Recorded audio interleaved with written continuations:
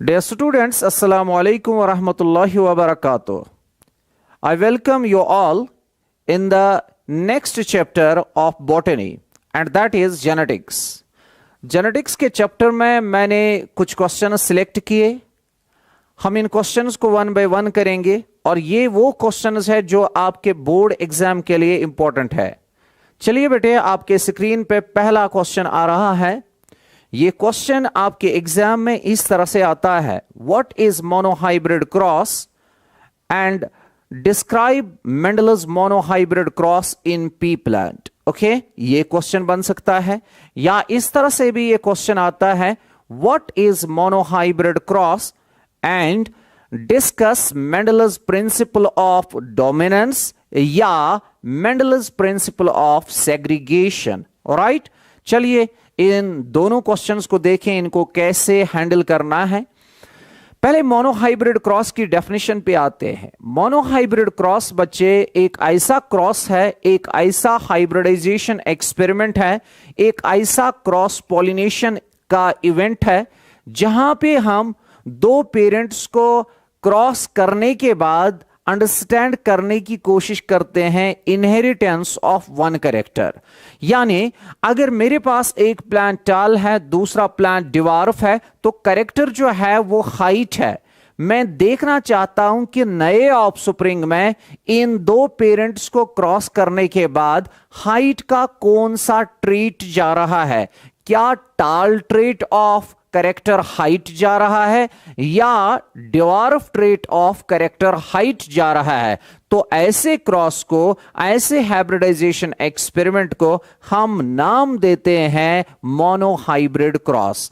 आप देखिए डेफिनेशन बेटे, monohybrid cross is a cross or hybridization experiment in which inheritance of शाबाश one character, और एक कैरेक्टर में मेंडल के लिहाज से one pair of contrasting traits होता है और one pair of contrasting traits is considered at a time. Okay बेटे, ये हो गया व्हाट इज मोनोहाइब्रिड क्रॉस। अब आपको लिखना है कि एक्सप्लेन या discuss Mendel's monohybrid cross in pea plant.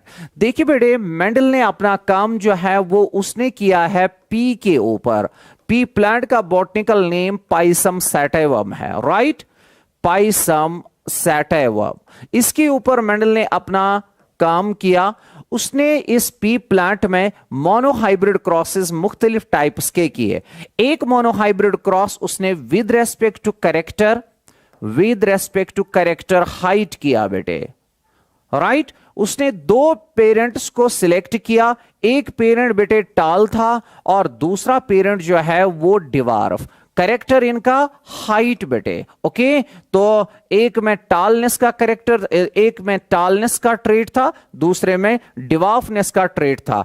इन दो को क्रॉस करने से पहले उसने इनको प्योर या कहिए होमोजाइगस बनाया बाय कंटिन्यूअस सेल्फिंग। मिसाल के तौर पे ये वाला हमेशा डिवार्फ जो है ये हमेशा होमोजाइगस होता है। होमोजाइगस उस इंडिविजुअल को कहते हैं जिसमें दोनों एलील्स एक जीन के सिमिलर है, जैसे यहां पे स्मॉल टी। लेकिन टाल वाले इंडिविजुअल में पॉसिबिलिटी है कि ये होमोजाइगस भी हो सकता था या हेटेरोजाइगस। अब ये टाल होमोजाइगस था या हेटेरोजाइगस, मेंडल को ये मालूम नहीं था। मेंडल ने क्या किया, उसने इस टाल प्लांट की सेल्फिंग की। मिसाल के तौर पे ये टाल और इसकी टाल के साथ बेटे सेल्फिंग की। अगर मेंडल को सारे प्लांट्स टाल मिल रहे हैं तो इसका मतलब ये टाल जो है ये प्योर था टालनेस के लिए, that means it was capital T. और फिर मेंडल इस इंडिविजुअल को लेता था एज पेरेंट। ऑलराइट, अब दूसरी पॉसिबिलिटी ये थी, अगर ये टाल बेटे मेंडल ने इस टाल प्लांट की सेल्फिंग की लेकिन मेंडल को नीचे टाल और डिवार्फ प्लांट्स दोनों मिले, तो इसका मतलब ये जो ऊपर का टाल था बेटे ये टालनेस के लिए प्योर नहीं। फिर मेंडल क्या करता था कि वो सेल्फिंग करता था और फिर सेल्फिंग करने की वजह से जो नेक्स्ट जनरेशन में प्लांट्स आते, अगर वो सारे टाल आते, फिर हमें क्लियर हुआ कि ये वाला टाल अब बन चुका है होमोजाइगस टाल, और मेंडल इस इस जनरेशन के प्लांट्स को अब लेता था as parent. Go on. Before selecting the parents, Mendel was making it sure that both the parents are homozygous for their respective traits. बच्चे इसीलिए हम यहां भी homozygous लेते हैं और यहां भी homozygous लेते हैं. फिर समझो बेटे, मेंडल ने पी प्लांट में मोनोहाइब्रिड क्रॉस किया between two varieties. One was tall and the other was dwarf. Before performing the cross, Mendel made it sure that both these varieties are true breeding or homozygous for their respective traits. चलिए बेटे, after performing cross, Mendel ने cross किया. Mendel obtained the F1 generation या next generation called as the F1 generation, जिसमें सारे plant जो है बच्चे वो कैसे थे, वो टाल थे. Okay, phenotypically. उसके बाद बेटे मेंडल ने F1 प्लांट्स की सेल्फिंग की and he obtain next generation called as the F2 generation. लेकिन F2 जनरेशन उसको फिनोटाइपिकली मिली 3:1 रेशो में, यानी 3 प्लांट स्टाल मिले और 1 प्लांट रेशो के लिहाज से डिवार्फ मिले, यानी 75% टाल और 25% डिवार्फ मिले. लेकिन ये जो F2 जनरेशन है इसमें भी देखना था टाल क्या टालनेस के लिए प्योर या टालनेस के लिए इम्प्योर है, यानी टालनेस के लिए होमोजाइगस या प्योर है या टालनेस के लिए हेटेरोजाइगस या इम्प्योर है. मेंडल ने इसको डिटेक्ट किया by a cross called as test cross, जिसको हम आगे देखेंगे. चलिए, मेंडल ने टेस्ट क्रॉस किया और उसने पाया कि 25% जो टाल प्लांट्स है वो होमोजाइगस है, 50% जो टाल प्लांट्स है वो हेटेरोजाइगस है टालनेस के लिए, और बाकी जो 25% वो डिवार्फ ट्रेट लेके है और वो हमेशा प्योर ही होते हैं. इसलिए जीनोटाइपिक रेशो मेंडल को आया इस मोनोहाइब्रिड क्रॉस में 1:2:1. ओके, तो ये स्केच यहां पे प्रेजेंट है बेटे मेंडल के मोनोहाइब्रिड क्रॉस का. तो यहां तक क्वेश्चन हो गया, what is monohybrid cross and explain Mendel's monohybrid cross. अब गौर करिए, मेंडल ने जो मोनोहाइब्रिड क्रॉस किया बेटे, इससे उसने कुछ कंक्लूजन्स निकाले या प्रिंसिपल्स निकाले. आपकी स्क्रीन पे ये conclusions from Mendel's monohybrid cross present है. पहला कंक्लूजन जो उसने निकाला, इसका नाम है प्रिंसिपल ऑफ डोमिनेंस. सर, इसका मतलब क्या है? प्रिंसिपल ऑफ डोमिनेंस जो है ये मेंडल का पहला प्रिंसिपल माना जाता है. यहां पे आप नोट कर सकते हैं कि it is first principle of Mendel, जो कहता है कि हर एक कैरेक्टर के लिए एक इंडिविजुअल में अ पेयर ऑफ फैक्टर्स होता है, और वो पेयर ऑफ फैक्टर्स जो है अगर वो हेटेरोजाइगस कंडीशन में है तो उस पेयर ऑफ फैक्टर्स में से एक फैक्टर अपने आप को एक्सप्रेस करे और दूसरा फैक्टर अपने आप को एक्सप्रेस नहीं कर पाएगा. इस फिनोमेनन को जहां पे आउट ऑफ 2 कंट्रास्टिंग एलील्स एक अपने आप को एक्सप्रेस करता है, दूसरा अपने आप को एक्सप्रेस नहीं कर पाता है, this phenomenon is called phenomenon of dominance. Alright, जरा मैं आपको समझाता हूं. देखिए बेटे, एक इंडिविजुअल मेरे पास है, ये टाल है. बताओ कितने एलील इसके पास है, कितने फैक्टर्स इसके पास है इस टालनेस के लिए? सर, 2. अच्छा, मेरे पास कोई इंडिविजुअल है डिवार्फ, बताओ उसके लिए कितने हैं? सर, यहां पे भी आपने 2 फैक्टर्स रखे. अच्छा, मेरे पास एक इंडिविजुअल टाल है लेकिन ये हेटेरोजाइगस टाल है, बताओ कितने फैक्टर्स इस टालनेस के लिए है? सर, 2. अब इस कंडीशन को देखिए, ये हेटेरोजाइगस है, बताओ यहां ये कैपिटल टी कितना एक्सप्रेस कर रहा है? सर, 100%. और ये स्मॉल टी कितना? सर, 0. यही तो मैं कह रहा हूं कि अगर हेटेरोजाइगस कंडीशन में 2 एलील्स में से एक एलील 100% एक्सप्रेस करे और दूसरा कुछ नहीं एक्सप्रेस करे, इस फिनोमेनन को कहते हैं फिनोमेनन ऑफ डोमिनेंस. जो एलील यहां पे एक्सप्रेस करता है यानी कैपिटल टी, इसको हम डोमिनेंट एलील कहते हैं, और जो यहां एक्सप्रेस नहीं कर पाता है यानी स्मॉल टी, उसको हम रिसेसिव एलील बताते हैं. रिमेंबर बेटे कि ये जो प्रिंसिपल ऑफ डोमिनेंस है इसका क्रिटिसिज्म देखा गया इन द फॉर्म ऑफ 2 फिनोमेनाज. एक का नाम है बेटे इनकंप्लीट डोमिनेंस, शाबाश, इनकंप्लीट डोमिनेंस, गौर करना आप, और दूसरा है बेटे दैट इज कॉल्ड को डोमिनेंस, दैट इज कॉल्ड को डोमिनेंस. मैं आपके लिए यहीं पे क्लियर करता हूं व्हाट इज कंप्लीट डोमिनेंस, को डोमिनेंस या इनकम्प्लीट डोमिनेंस? बस बेटे आप इस पे नजर डालिए। अगर एक सिचुएशन आपको ऐसे मिलती है, कैपिटल टी और small T, capital T 100% express करता है, स्मॉल टी कुछ नहीं, तो बताइए इसको आप कंप्लीट डोमिनेंस। दूसरा केस देखिए बेटे, अगर एक सिचुएशन आपको हेटेरोजाइगस कंडीशन की मिलती है जहां पे आपको एक एलील जो है वो अपने आप को एक्सप्रेस करता है बेटे लेस देन 100%, ये वाला एलील लेस देन 100% एक्सप्रेस कर रहा है और दूसरा एलील कुछ नहीं कर रहा है, यहां पे कैपिटल आर पार्शियली डोमिनेंट है, it is called incomplete dominance. Dominant तो है लेकिन पूरी तरह नहीं। अगर आपको एक सिचुएशन हेटेरोजाइगस कंडीशन की ऐसी मिली बेटे, it is here I A और ये है बच्चे आई बी, ये भी एक्सप्रेस करता है 100%, राइट, और ये वाला भी एक्सप्रेस करता है 100% बेटे, तो दोनों इक्वली एक्सप्रेस करते हैं, इक्वली डोमिनेंट है बेटे, तो this phenomenon is called as codominance. बस आपने तीनों इन फिनोमिनास की डेफिनेशंस याद रखी। अगर हेटेरोजाइगस कंडीशन में एक एलील 100% एक्सप्रेशन, दूसरा कुछ नहीं, इट इज कॉल्ड डोमिनेंस या complete dominance, it is a Mendelian concept.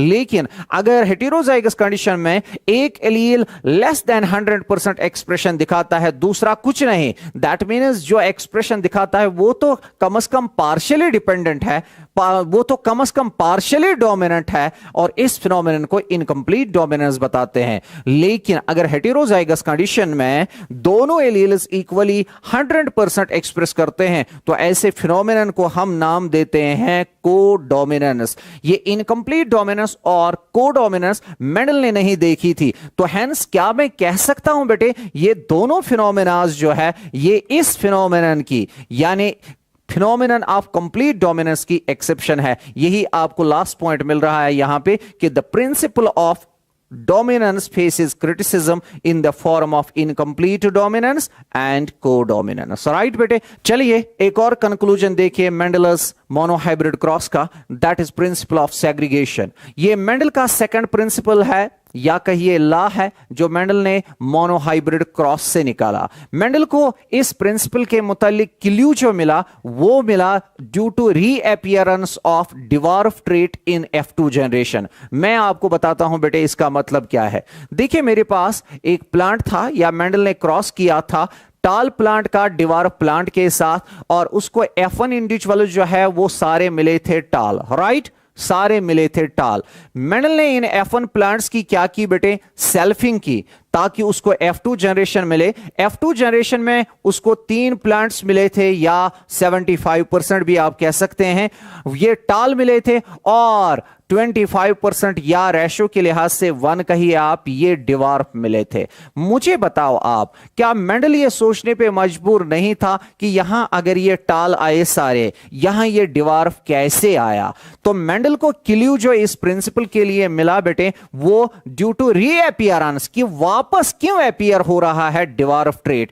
अगर F1 में सारे टाल थे तो वापस ये डिवार्फ ट्रेट कैसे आया? तो यही क्लू था मेंडल के लिए इस प्रिंसिपल ऑफ सेग्रीगेशन के लिए। सर ये प्रिंसिपल ऑफ सेग्रीगेशन बताता क्या है? बस उसके लिए आपको बोर्ड के इस कॉर्नर पे नजर रखनी है बेटे। क्या F1 इंडिविजुअल ऐसा था? यस, देखिए ये पेरेंट बेटे, ये भी पेरेंट, यहां से स्मॉल टी आया, यहां से कैपिटल टी, और F1 individual capital T and small T. Principal of segregation कहता है अगरचे F1 इंडिविजुअल में या F1 जनरेशन में दो कंट्रास्टिंग एलील्स यानी दो अपोजिट एलील्स, ये टालनेस का एलील, ये डिवार्फनेस का एलील रहते हैं टुगेदर फॉर सम टाइम, लेकिन ये small and capital T alleles एक दूसरे के साथ कंटामिनेट या मिक्स कहिए नहीं होते हैं, बल्कि हर एक अपनी इंडिविजुअलिटी मेंटेन करके रखता है। मिसाल के तौर पे स्मॉल टी का फीचर यहां नहीं आ रहा है क्योंकि ये टाल है, लेकिन स्मॉल टी ने अपनी एग्जिस्टेंस को लॉस नहीं किया, और जब इनको गमीट बनाने का वक्त आता है उस वक्त कैपिटल टी बिल्कुल एक प्योर स्टेट में स्मॉल टी से सेपरेट होता है, और इसी सेपरेशन का नाम है सेग्रीगेशन, एंड यही है प्रिंसिपल ऑफ सेग्रीगेशन। यानी principle of segregation states that although the two contrasting alleles remain together for some time in F1 individual but they do not contaminate or mix with each other. Instead, they separate, they segregate in a totally pure state at the time of gametogenesis. आप मुझे बताइए बेटे, क्या ये gamete pure है टालनेस के लिए? Yes, because it contains in pure state capital T allele. क्या ये गैमीट भी प्योर है डिवार्फनेस के लिए? यस. क्यों? Because it contains pure state में small T allele. And henceforth क्या मैं कहूं कि ये गैमीट जो है ये प्योर है because of segregation. That is why this principle of segregation is also called law of purity of gametes. यहां से आप देख सकते हैं, it is also called principle of purity of gametes. याद रखना बेटे, जो भी ऑर्गेनिज्म सेक्सुअल रिप्रोडक्शन करेगा उसमें बिल्कुल इसी तरह सेग्रीगेशन ऑफ एलील्स होगी. हेंसफोर्थ हम कहेंगे कि प्रिंसिपल ऑफ सेग्रीगेशन जो मेंडल का है ये यूनिवर्सली एक्सेप्टेड प्रिंसिपल है बेटे इन सेक्सुअली रिप्रोड्यूसिंग ऑर्गेनिज्म्स में विदाउट एनी एक्सेप्शन. तो आपको क्वेश्चन मिलता है कभी कभार कि मेंडल का वो प्रिंसिपल स्टेट एंड एक्सप्लेन करिए. कौन सा प्रिंसिपल? जिसकी कोई एक्सेप्शन नहीं बेटे, वो है मेंडल्स प्रिंसिपल ऑफ सेग्रीगेशन. तो यहां तक बेटे पहला क्वेश्चन कंप्लीट हुआ. Let's move to the next question जो हमारे बोर्ड में एक्सपेक्टेड है. This is dihybrid cross. अगर आपको मोनोहाइब्रिड क्रॉस समझ आया तो डाइहाइब्रिड क्रॉस समझना कुछ मुश्किल नहीं बेटे. आप ध्यान दीजिए, मैं यहां एक क्रॉस लिख रहा हूं कि ये राउंड फीचर है. बताओ बेटे इसका अपोजिट क्या आएगा? रिंकलर. यानी ये है एक सीड जो शेप में राउंड है और इस वाले साइड से जो शेप ऑफ सीड है बेटे वो है रिंकलर, यानी अनइवन सरफेस उस सीड में है. ये सीड जो बेटे है ये कलर में येलो है और ये सीड कलर में ग्रीन है. राइट. तो आप मुझे बताइए कितने कैरेक्टर्स मैंने लिए? सर अगर आप राउंड एंड रिंकल्ड बताएं, ये दो ट्रेट्स है किसके? कैरेक्टर सीड शेप के. अगर मैं येलो एंड ग्रीन बताऊं, ये दो ट्रेट्स है of the character seed colour. Right. तो मैं दो प्लांट्स का अब क्रॉस कर रहा हूं लेकिन with respect to two characters. A cross in which inheritance of two characters is considered at a time is called a dihybrid cross. दो कैरेक्टर्स के पास दो पेयर्स ऑफ कंट्रास्टिंग ट्रेट्स होंगे. तो across in which inheritance of two characters या two pairs of contrasting traits is considered at a time is called a dihybrid cross. फिर वही question आपको मिलेगा कि एक्सप्लेन करो मेंडलस dihybrid cross in pea plant. इसके लिए हम बिल्कुल उसी पैटर्न पे जाएंगे कि मेंडल ने पी में एक डाइहाइब्रिड क्रॉस किया between two varieties. One variety was producing round and yellow seeds and the other variety was producing wrinkled and green seeds. Before performing the cross, Mendel made it sure that both these varieties, ये variety भी और ये variety भी, are pure for their respective traits. And उसने इसको sure बनाया अपने लिए by a phenomenon called continuous selfing. Right? After selecting the parents, Mendel performed a dihybrid cross between them, all right, and obtained next generation called F1 generation, in which all plants produced round and yellow seeds. आप मुझे बताइए बेटे, यहां situation ऐसी थी बेटे, capital R small R capital Y small Y. यहां इन दो में से कैपिटल आर एक्सप्रेस हुआ और इन दो में से कैपिटल वाई एक्सप्रेस हुआ. तो आप मुझे बताइए इस जीन का एक एलील एक्सप्रेस हुआ, दूसरा नहीं. इस जीन का भी एक एलील एक्सप्रेस हुआ, दूसरा नहीं. तो isn't this as per the principle of dominance? That means all F1 plants produced round and yellow seeds and this was according to principle of dominance. Okay बेटे, Mendel self-pollinated F1 plants and raised the F2 generation.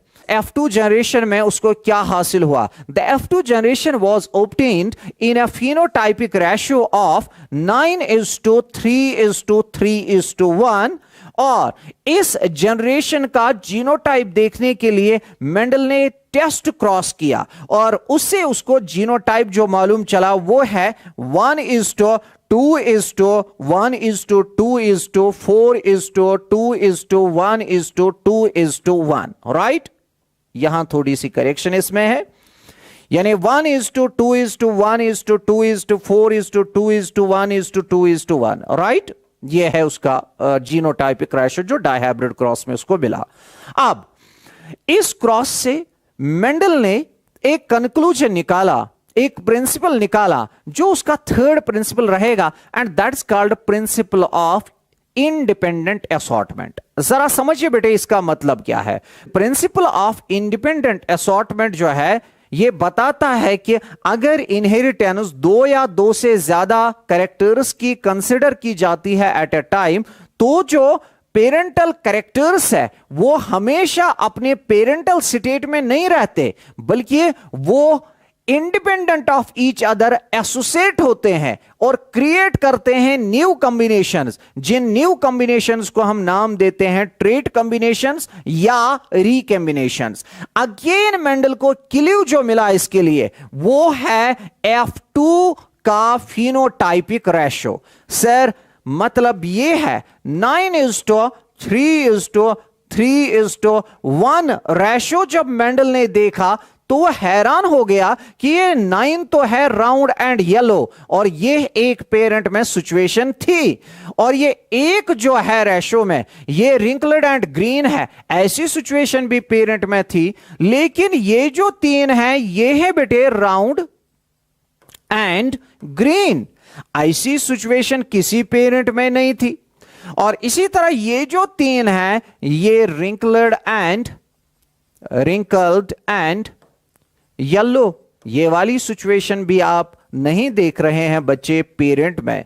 तो हेंसफोर्थ ये नई combinations का आना बेटे कैसे मुमकिन हुआ? ये एक फिनोमिनन के थ्रू मुमकिन हुआ, जिस फिनोमिनन को हम फिनोमिनन ऑफ इंडिपेंडेंट असॉर्टमेंट बताते हैं। जरा गौर करिए बेटे, इंडिपेंडेंट असॉर्टमेंट में क्या होता है, ये राउंड ट्रेट डिपेंडेंट नहीं है इस येलो ट्रेट के ऊपर कि ये इसी के साथ हमेशा चले, बल्कि round trait independent of yellow trait association करता है।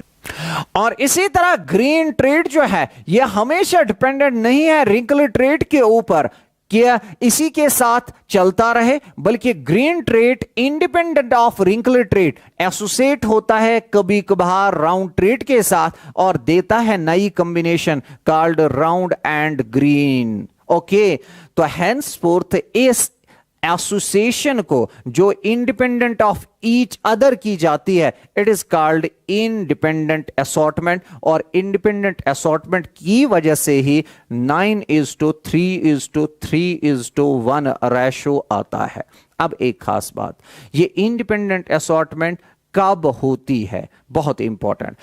ओके बेटे, प्रिंसिपल ऑफ इंडिपेंडेंट असॉर्टमेंट के लिए जरूरी है क्या ये जो फीचर्स है या ट्रेट्स है ये होने चाहिए डिफरेंट क्रोमोसोम्स के ऊपर, और अगर ये सेम क्रोमोसोम के ऊपर है तब जाके ये होने चाहिए sufficiently apart from each other so that crossing over will occur which will lead to independent assortment. Sir, independent assortment फिर होती है because of a phenomenon called as crossing over, right?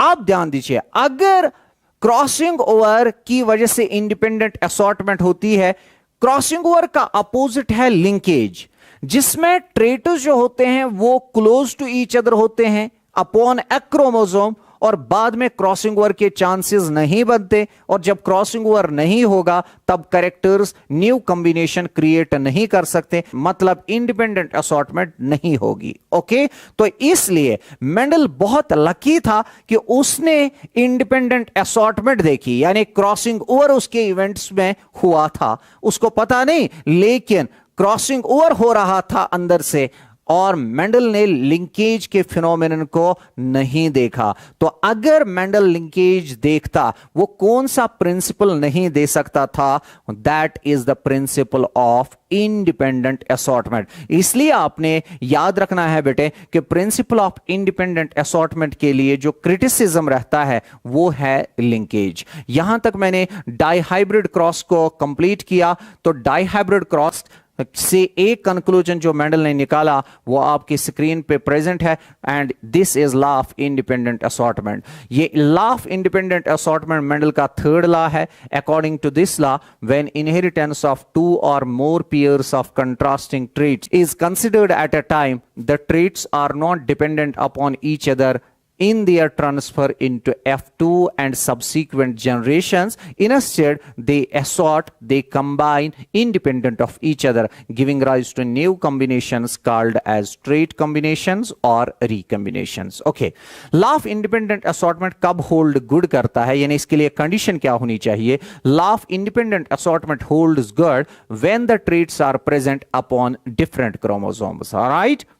Or if present upon the same chromosome, then they should be sufficiently apart. Okay, कितना apart? Equal or more than 50 centimorgan. एक unit है 50 सेंटीमॉर्गन, या इतनी होनी चाहिए उनकी दूरी या इससे ज्यादा from each other, so that एक इवेंट हो जाए called crossing over, which will separate them leading to independent assortment. और खुशकिस्मती मेंडल की, the 7 characters studied by Mendel were present upon 4 chromosomes, and the characters which were present upon the same chromosome were located sufficiently apart from each other, hence independent assortment occurred due to crossing over. यानी ये दोनों चीजें जो independent assortment के लिए जरूरी, ये दोनों चीजें मेंडल के चूजन कैरेक्टर्स में फुलफिल हो जाते थे। ओके, इसके बाद अगर मेंडल फेस करता फिनोमेनन ऑफ लिंकेज, जो क्रॉसिंग ओवर का अपोजिट है बेटे, जिस क्रॉसिंग ओवर की वजह से इंडिपेंडेंट असॉर्टमेंट होती है, अगर मेंडल उसका अपोजिट फिनोमेनन यानी लिंकेज देखता, तो Mendel could not have given the law of independent assortment. Right, तो ये लॉ ऑफ इंडिपेंडेंट असॉर्टमेंट है। चलिए एक और क्वेश्चन की जानिब जाते हैं। आपके स्क्रीन पे एक छोटा क्वेश्चन है, that is back cross. What is a back cross, और इसके बाद what is a test cross and what is out cross. देखिए बेटे, बैक क्रॉस है क्या, हम इसको समझते हैं पहले, उसके बाद हम पॉइंट्स पे आते हैं। यहां गौर करिए, मेरे पास एक प्लांट है टाल और दूसरा प्लांट बेटे डिवाफ है। ऑलराइट, जीनोटाइप के लिहाज से स्मॉल टी, ये वाला कैपिटल टी, यहां से कैपिटल टी आया, यहां से स्मॉल टी आया, ये बनेगा बेटे कैपिटल एंड स्मॉल। क्या ये F1 है? यस। अगर मैं इस F1 को क्रॉस करता हूं आइदर ऑफ द पेरेंट से, यानी इस पेरेंट से या इस पेरेंट के साथ, बेटे इसको कहते हैं बैक क्रॉस। यानी ये भी बैक क्रॉस है, ये भी बैक क्रॉस है। बैक क्रॉस का मतलब crossing of F1 individual with either of the parents. Right, अब इस वाले बैक क्रॉस को बेटे नाम दिया जाता है टेस्ट क्रॉस। यानी टेस्ट क्रॉस एक ऐसा बैक क्रॉस है जिसमें F1 इंडिविजुअल को क्रॉस किया जाता है विद द रिसेसिव पेरेंट। लेकिन अगर F1 को क्रॉस करते हैं आप एक बैक क्रॉस में विद द डोमिनेंट पेरेंट, इस वाले बैक क्रॉस का नाम है बेटे out cross. Right, it is out cross. अब गौर करिए, टेस्ट क्रॉस हो सकता है मोनोहाइब्रिड टेस्ट क्रॉस या हो सकता है dihybrid test cross. Monohybrid test cross का मतलब, अगर आप टेस्ट क्रॉस करते हैं, गौर करो बेटे, is this test cross? Yes sir, it is test cross, लेकिन करेक्टर एक ही है बेटे, वो है हाइट का करेक्टर। और अगर आप टेस्ट क्रॉस करते हैं with respect to two characters, यानी with respect to two characters, यानी मेरे पास सिचुएशन ऐसी है, it is capital R small R, ये F1 में बना रहा हूं, जो डाइहाइब्रिड क्रॉस का F1 है, it is capital Y and small y, मैं क्रॉस कर रहा हूं डबल रिसेसिव पेरेंट से, that mean small R small y। बेटे ये वाला क्रॉस जो है, it is dihybrid test cross. Go test cross can be monohybrid test cross और डाइहाइब्रिड टेस्ट क्रॉस। चलिए क्रॉस को करते हैं बेटे, यहां से स्मॉल टी गैमेट मिलेगा, यहां से बेटे कैपिटल टी, और यहां से स्मॉल टी एलील मिलेगा, और ये कंबाइन होके कैपिटल एंड स्मॉल सिचुएशन, और ये क्या कंबाइन होके स्मॉल एंड स्मॉल सिचुएशन, ये टाल बेटे और ये डिवार्फ। आप देखिए मोनोहाइब्रिड टेस्ट क्रॉस में जीनोटाइपिक रेशियो बेटे 1:1 है कि नहीं है? शाबाश, 1:1 है। और फिनोटाइपिक रेशियो देखो बेटे, वो भी 1:1 है। राइट, अब डाइहाइब्रिड टेस्ट क्रॉस की सिचुएशन देखिए बेटे, एक गैमेट बनेगा कैपिटल आर कैपिटल वाई, दूसरा बनेगा कैपिटल एंड स्मॉल तीसरा बनेगा स्मॉल एंड कैपिटल और चौथा बनेगा स्मॉल एंड स्मॉल। यहां से 100% गैमीट्स स्मॉल एंड स्मॉल बनेंगे और इन 100 में से बेटे 25, इन 100 में से 25, इन 25 से कंबाइन होके बनाएंगे situation capital R capital Y small Y. इनके साथ और फिर 25% सिचुएशन होगी बेटे capital R small Y small Y. इनके साथ कंबाइन होके small R capital Y small Y. इनके साथ कंबाइन होके बेटे स्मॉल आर स्मॉल वाई। जरा गौर करिए बेटे, ये जीनोटाइप के लिहाज से सेम है या डिफरेंट है? Sir different. तो रेशियो है ना 1:1:1:1 बेटे। कौन सा रेशियो? सर जीनोटाइपिक रेशियो ये है। जरा फिनोटाइप देखिए बेटे, ये राउंड एंड येलो है। जरा ये देखिए बेटे, it is round and green. जरा ये देखिए, it is wrinkled and yellow, it is wrinkled and green. Sir phenotype के लिहाज से भी ये डिफरेंट है, फिनोटाइप के लिहाज से भी ये डिफरेंट है। तो फिनोटाइपिक रेशियो भी डाईहाइब्रिड टेस्ट क्रॉस का 1:1:1:1। तो हमने कंक्लूड किया कि टेस्ट क्रॉस एक ऐसा क्रॉस होता है जिसमें F1 इंडिविजुअल को क्रॉस करते हैं विद द रिसेसिव पेरेंट। अगर ये एक कैरेक्टर के लिए रिसेसिव पेरेंट के साथ क्रॉस किया जाता है उसको मोनोहाइब्रिड टेस्ट क्रॉस कहते हैं। अगर डबल रिसेसिव के साथ ये क्रॉस किया जाता है उसको डाईहाइब्रिड टेस्ट क्रॉस बताते हैं। मोनोहाइब्रिड टेस्ट क्रॉस का जो रेशियो आता है फिनोटाइपिक एंड जीनोटाइपिक वो है बेटे 1:1 और डाईहाइब्रिड टेस्ट क्रॉस का जो फिनोटाइपिक एंड जीनोटाइपिक रेशियो आता है वो है 1:1:1:1। राइट। अब लास्ट पॉइंट, इस टेस्ट क्रॉस को क्यों आप टेस्ट क्रॉस बताते हैं? टेस्ट क्रॉस को टेस्ट क्रॉस इसलिए बताते हैं, एक्चुअली हमारे पास एक प्लांट होता है जो प्लांट फिनोटाइप के लिहाज से डोमिनेंट है, ओके, और हम इसका क्रॉस करते हैं रिसेसिव पेरेंट के साथ यानी डिवार्फ पेरेंट के साथ, रिसेसिव फिनोटाइप वाले पेरेंट के साथ, ताकि जो इसका जीनोटाइप अंदर से है वो हमें मालूम चले। मिसाल के तौर पे मैंने एक क्रॉस किया बेटे, मुझे इस क्रॉस ने सारे प्लांट्स यहां टाल दिए। बताओ ये टाल, इधर से तो एलील जो आएगा वो स्मॉल ही आएगा, लेकिन इधर से जो एलील आएगा वो आएगा कैपिटल टी, तो ये टाल बना।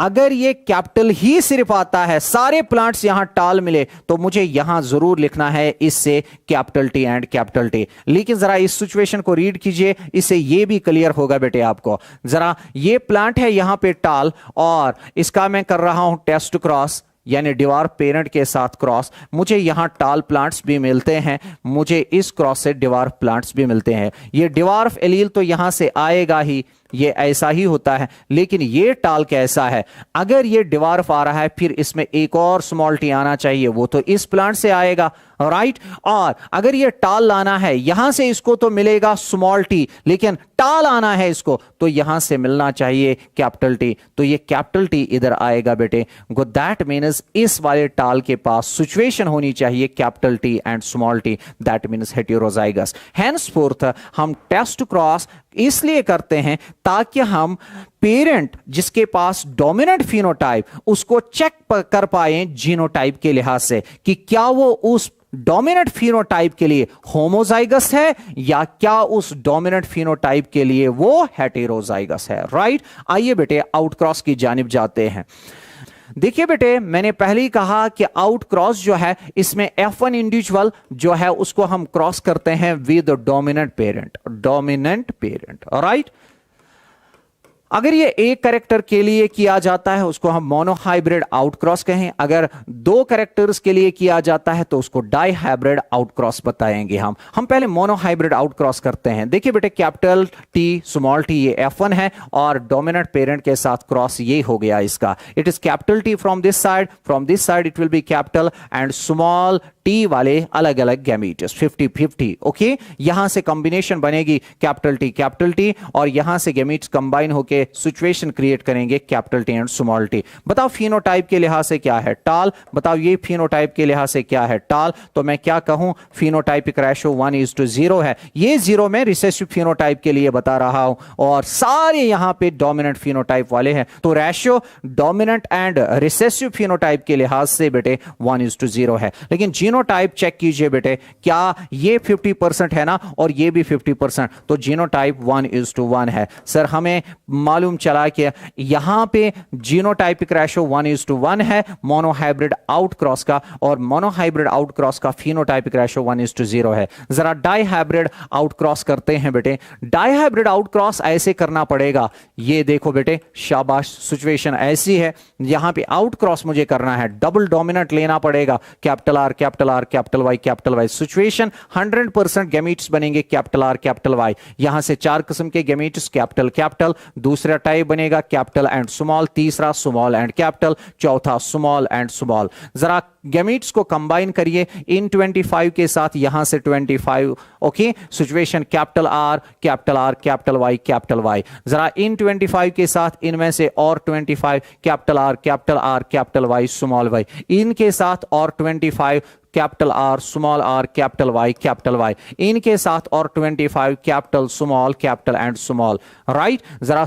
गौर करिए बेटे, मुझे बताइए फिनोटाइप क्या होगा। Sir round and yellow, sir round and yellow, sir round and yellow, sir round and yellow. Phenotype के लिहाज से अगेन हमें सिचुएशन 1:0 है with respect to dominant to recessive phenotype. लेकिन अगर जीनोटाइप देखें बेटे, ये इससे डिफरेंट है, ये दोनों इससे डिफरेंट है, ये तीनों बेटे इससे डिफरेंट है। सर रेशो 1:1:1:1 है। अब लास्ट पॉइंट बेटे, व्हाई आउटक्रॉस इज बीइंग परफॉर्म्ड। आउटक्रॉस इसलिए किया जाता है ताकि आपको जो प्रोजेनी यानी ऑफस्प्रिंग्स आगे मिलने वाले हैं, आप वो चाहते हैं सिर्फ होने चाहिए डोमिनेंट फिनोटाइप के। आप गौर करो बेटे, अगर आप इसका आउट क्रॉस करते हैं, आप देखो सारे इंडिविजुअल्स ये फिनोटाइप के लिहाज से है ना राउंड एंड येलो। यही तो मैं कह रहा हूं, out cross is being performed to get all यानी 100% individuals with the dominant phenotype.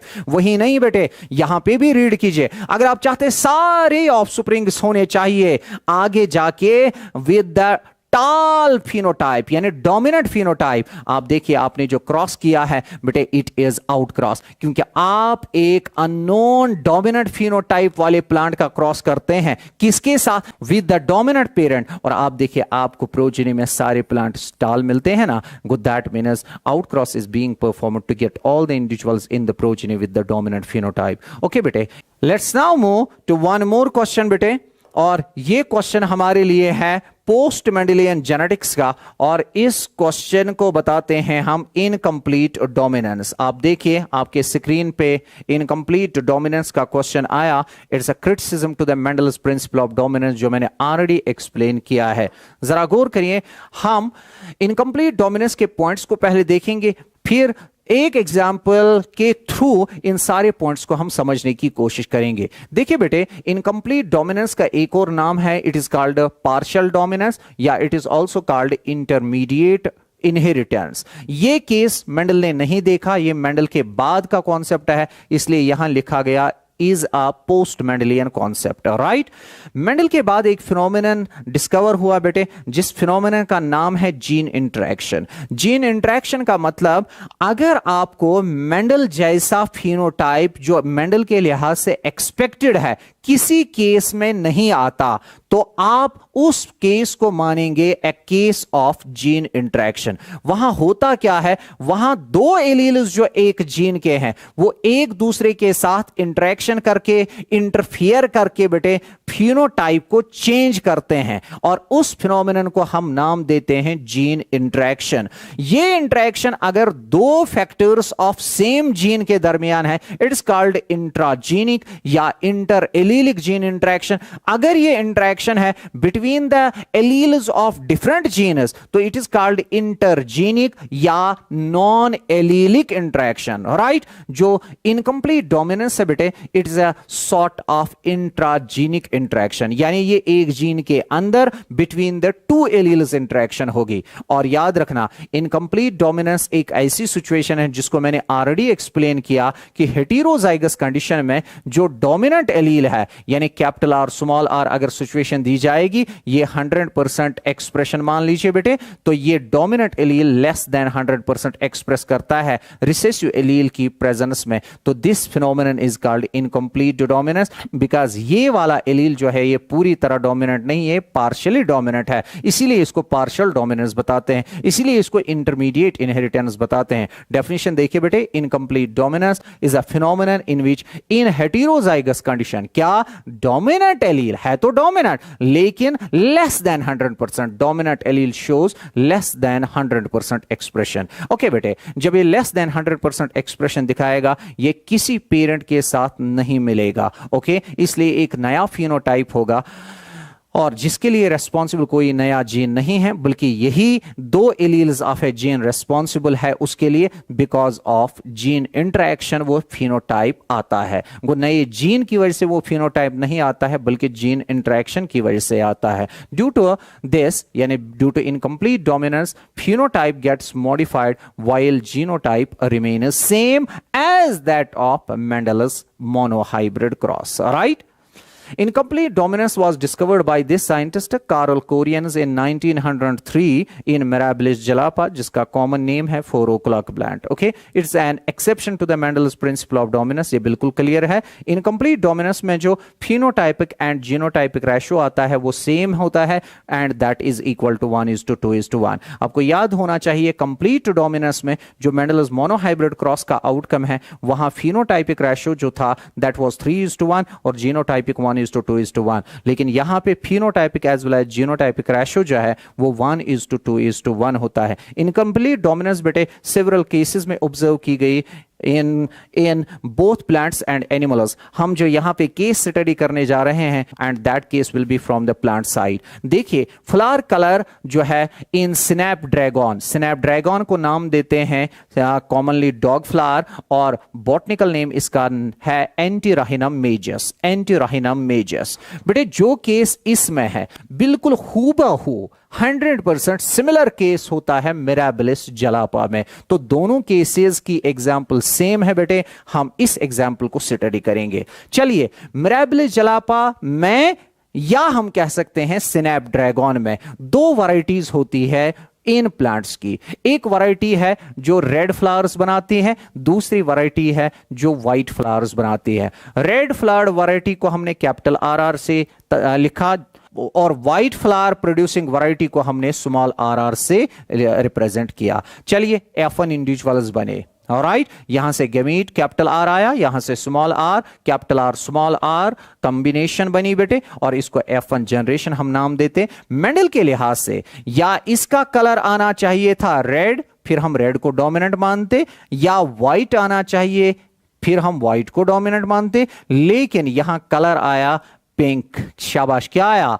Colour आया पिंक। क्यों पिंक आया? बिकॉज ये जो कैपिटल R था स्मॉल r की प्रेजेंस में इसने 100% एक्सप्रेशन नहीं दिखाई, ये लेस देन 100% एक्सप्रेस हुआ, इसलिए कलर पूरा रेड नहीं बल्कि लेस रेड आया, जिसको मैं नाम देता हूं पिंक। ओके, अब इसके बाद जब इन पिंक फ्लावर्ड प्लांट्स की बेटे शाबाश क्या सेल्फिंग की गई और F2 जनरेशन हासिल की गई। F2 जनरेशन में देखा गया कि 25% प्लांट्स रेड थे, 50% प्लांट्स पिंक थे और 25% व्हाइट थे। रेशियो के लिहाज से वो फिनोटाइप में 1:2:1 थे बेटे। और जब उनका जीनोटाइप टेस्ट क्रॉस से चेक किया गया तो जीनोटाइप के लिहाज से वो निकले capital R 25%, 50% capital R small r और 25% स्मॉल r। तो हेंसफोर्थ फिनोटाइपिक रेशियो जो है वैसा ही यहां पे जीनोटाइपिक रेशियो देखने को मिला। दैट मीन्स हम इनकम्प्लीट डोमिनेंस को एक्सप्लेन कर सकते हैं in case of Mirabilis jalapa और in case of snapdragon. There are two varieties with respect to flower color. One is red flowered variety and second is white flowered variety. When a cross was made between these two pure varieties, ये दोनों pure है, F1 plants were obtained in which all the flowers were of pink colored. The F1 pink colored generation, when was sulfur F2 generation was obtained in a phenotypic and genotypic ratio of 1:2:1. All right. Since in this case the color of the F1 plants is pink, and this color is due to partial dominance of capital R in presence of small r, and hence it is a case of incomplete dominance. Let's move to last question of the classical genetics जो आपके लिए मैंने choose किया है बेटे, और वो question है that is the codominance. Codominance है क्या? कोडोमिनेंस अगेन एक एक्सेप्शन बनती है मेंडल्स प्रिंसिपल ऑफ डोमिनेंस के लिए. दूसरी बात, कोडोमिनेंस में हेटेरोजाइगस कंडीशन में दोनों एलील्स 100% एक्सप्रेस करेंगे.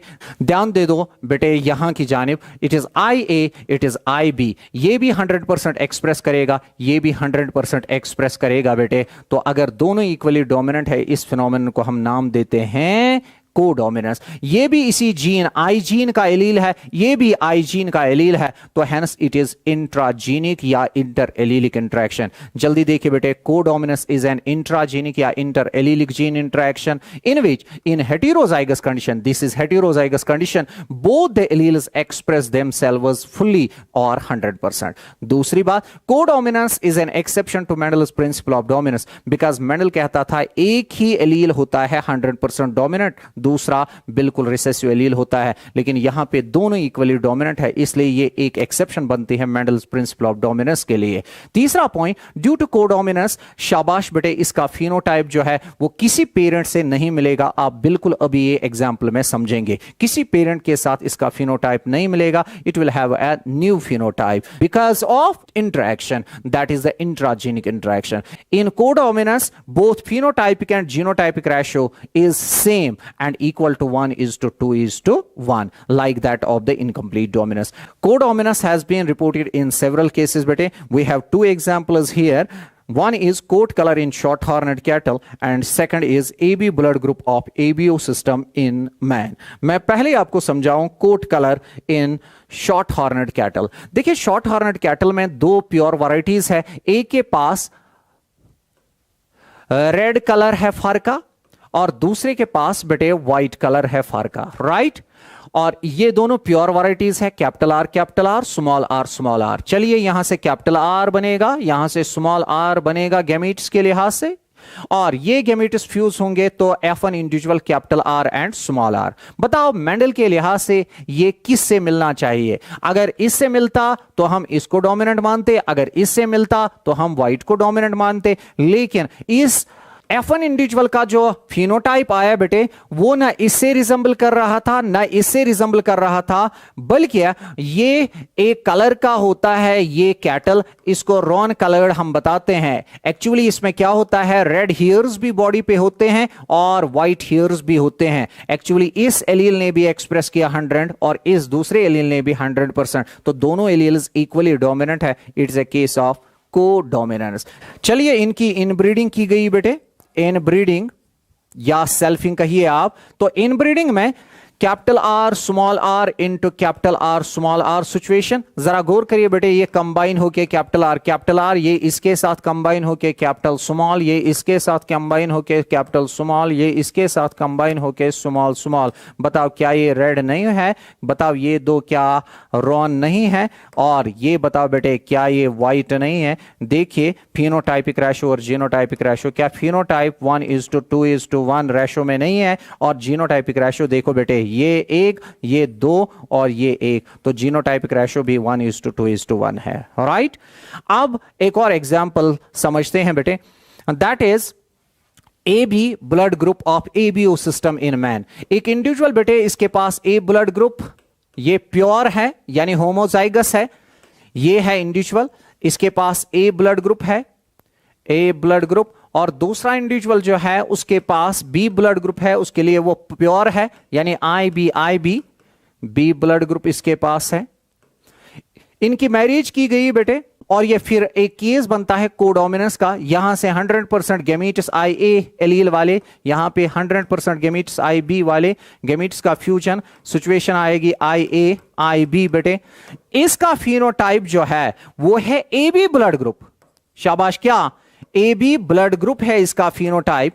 यहां पे सिचुएशन कैसे क्रिएट ये हुई, आई ए एलील ने भी बेटे 100% एक्सप्रेस किया और एंटीजन ए बनाया over the surface of RBCs, और आई बी एलील ने भी 100% एक्सप्रेस होके आरबीसी सेल्स के सरफेस पे बी एंटीजन बनाया। तो एंटीजन की बुनियाद पे ब्लड ग्रुप का नाम आता है। इस इंडिविजुअल के आरबीसी सेल्स के ऊपर ए एंटीजन भी है और बी एंटीजन भी है। और क्यों है वो? बिकॉज आई ए ने भी पूरी तरह एक्सप्रेस किया, आई बी ने भी पूरी तरह एक्सप्रेस किया। अगर दोनों एलील्स हेटेरोजाइगस कंडीशन में एक्सप्रेस इक्वली करते हैं तो ये केस बनता है कोडोमिनेंस का।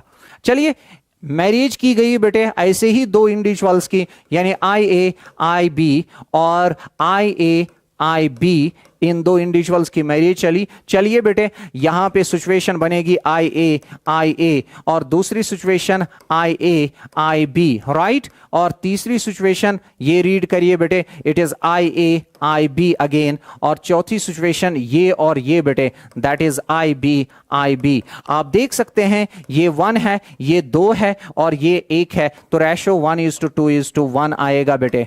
लेकिन अगर फिनोटाइप के लिहाज से ये ए ग्रुप वाला होगा, ये 2 जो है बेटे ये ए बी ग्रुप वाले होंगे, और ये जो है बेटे ये बी ग्रुप होगा।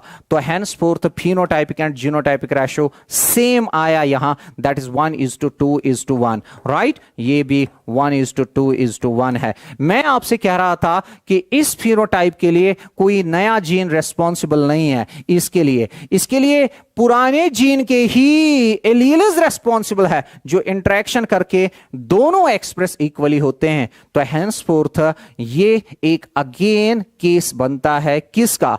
कोडोमिनेंस का, that is A B blood group in case of man.